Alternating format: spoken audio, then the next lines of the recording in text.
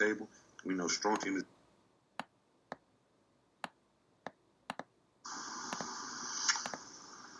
All right, let's look at a couple of chemical formulas and then write out their names.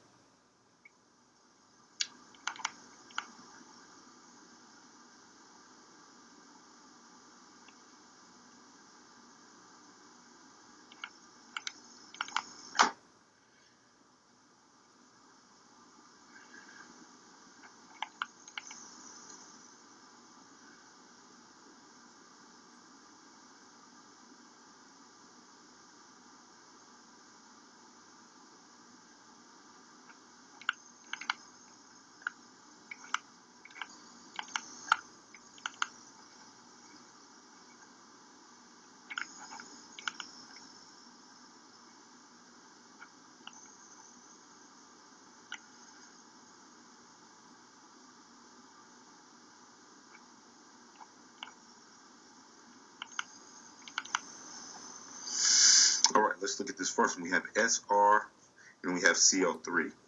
First thing that you should be able to do is recognize that it is ionic because you have a metal involved. Whenever you have a metal involved, generally speaking, it's going to be a metal and a non-metal together in an ionic bond.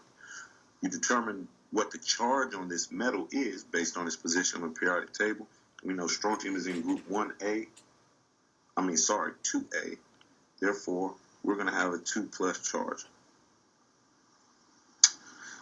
That can help us if we don't remember what the charge on this CO3 is, but CO3 would be carbonate, and carbonate is CO3 2-.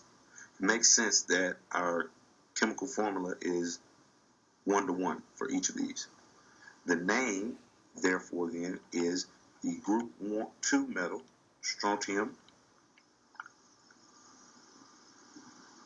Remember, that name is regular, and then carbonate.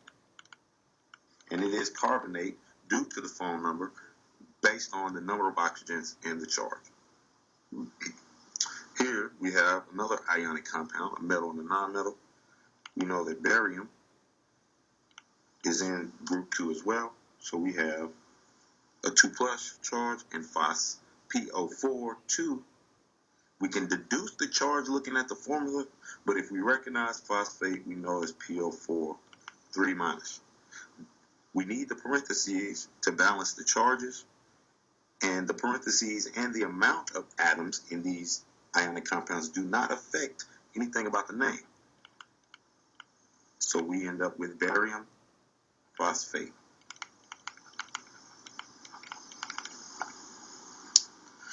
Here we have sodium, a group 1 metal. It's going to have a +1 charge. And a group 7A non-metal, it's going to have a -1 charge.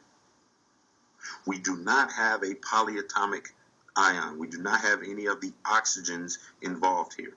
So we do not have the nomenclature that is used for oxygen. We just have sodium fluoride. Remember, when it is a monoatomic ion like fluorine, we end up with the IDE suffix. Potassium, group 1, +1 charge. Sulfide ion, group 6A, 2- charge. Therefore, we end up with potassium sulfide.